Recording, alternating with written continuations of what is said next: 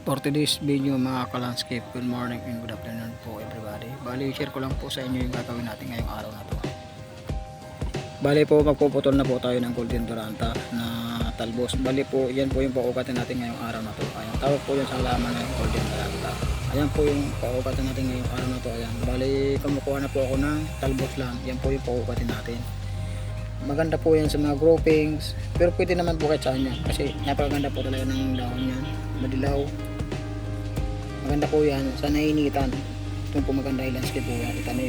Ayan, napakaganda po ng kulay yan, dilaw na dilaw po yan, lalong lalo na po sa nainitan siya, na sa nainitan mo pa sa ila landscape. Ayan, sige po mga ka-landscape, bali putol muna tayo ng mga talbos yan kasi yan po yung paugatin natin.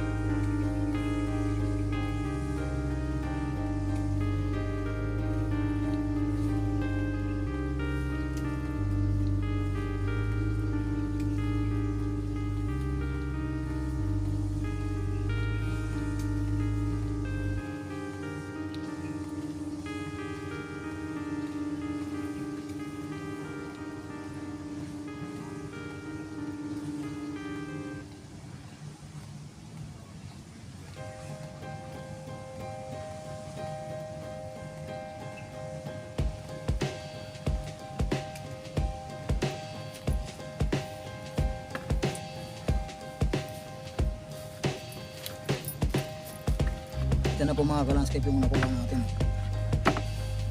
Ito po yung paugatin natin. Talbos lang po siya. Ayan.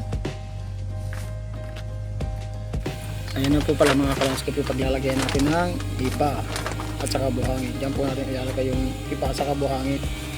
Diyan po natin paugatin yung golden duranta. Ayan, bali po unahin muna natin yung ipa sa ilalim. Yan po yung ilalagay natin sa ilalim. Para pag nagkaugat po yung duranta, marami po siyang kinakapitan ng ugat niya. Ayan, bali ano po na muna yung ipa muna ilalagay natin sa ilalim. Ayan. After po niya, lalagyan naman po natin yung buhangin na binistay. Mas maganda po talaga yung binistay na buhangin yung ilalagay natin kasi para wala na po siyang bato-bato. Pinong-pino po talaga siya. Ayan, ganyan na po yung mga ka-landscape, mga proseso niya. Kung paano magpaugat ng golden duranta. Ayan. Ganyan lang po yan. Ayan.